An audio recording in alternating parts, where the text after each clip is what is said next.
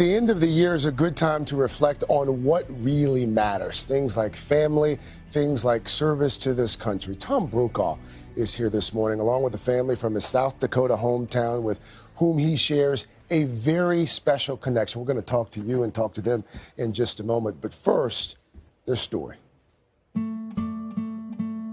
Corey and Jenny Briest have come to New York for some holiday sightseeing.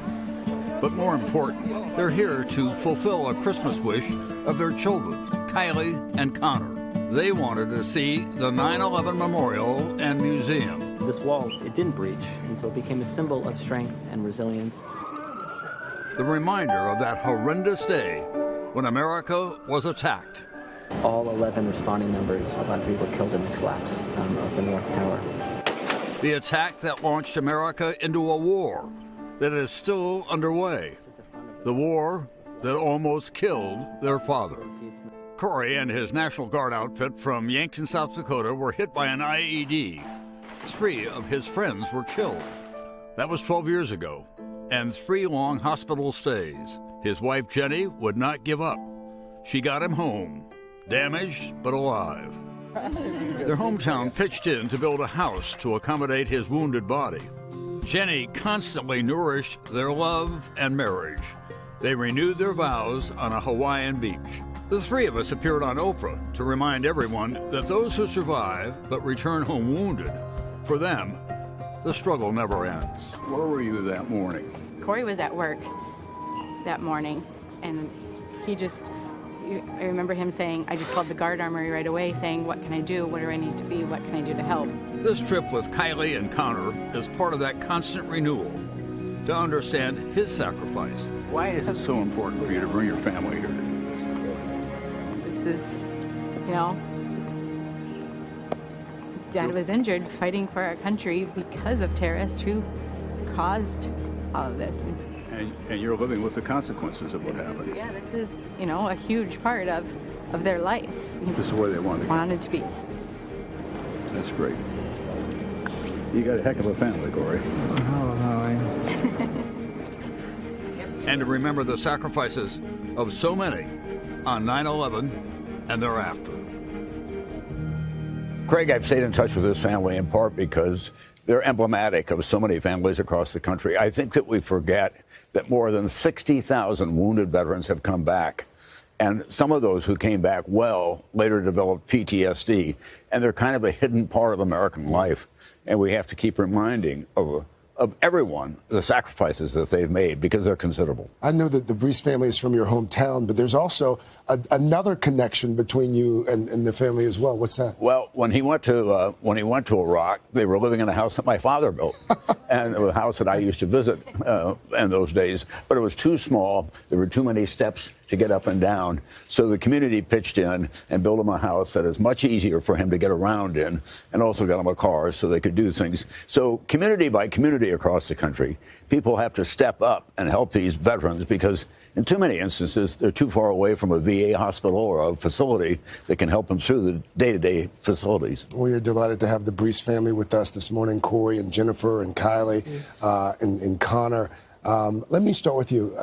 I know it's been 12 years now since your life changed forever. What has that time been like for you? Well, I think it's gone fast and gone slow at the same time. We always say, this is our new normal. And we just, started going day by day, and we kind of still just go day by day, whatever the day brings us. And we do. Has it gotten easier? Has it gotten easier? Yes and no.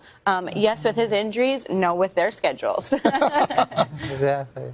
Kylie, I know that you guys visited the 9/11 Memorial and Museum. How was that for you? I just think it shows that this time of the world, there's no time where there's not war. And that's all I've known. I haven't had a time in my life where there's not a war going on somewhere, someplace. Was there part of the museum that impacted you more than other parts? Seeing the last wall, just standing there alone with all the different police force and the firefighter, it really hits you. Jenny, how about you? How was the experience? Well, I must say that about this family, they were so typical of the families who were out there, Craig, and that they really get through life day by day.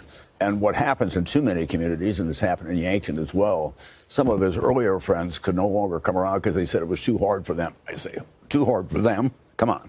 But they've made a whole army of new friends since then, and they do a lot of things with other wounded families that are going to the mountains and having retreats and so on, because you can identify with them, right? Yep.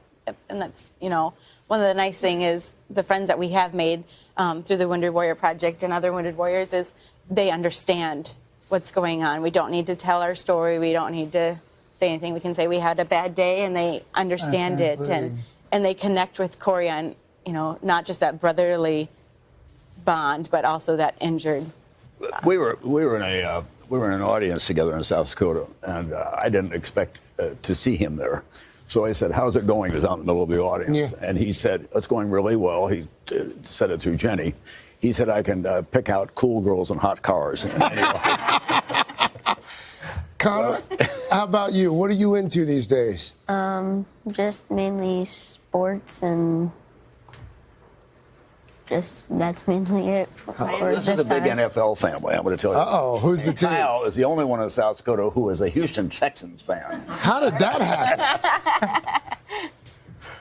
Well, they'll be proud to know that. Anyhow, they gather on Sundays, and that's the way that they stay together as well. But we wanted them to be here in part because we wanted the rest of the country to know that this goes on in so many families in so many places.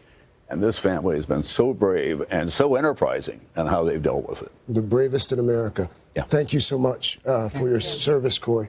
And thank you so much to the Briest family as well for being such a shining example. Mr. Brokaw, always good to have you. Thank you for sharing this. Great to be here. Hello, Today fans. Thanks for checking out our YouTube channel. Subscribe by clicking that button down there and click on any of the videos over here to watch the latest interviews, show highlights, and digital exclusives.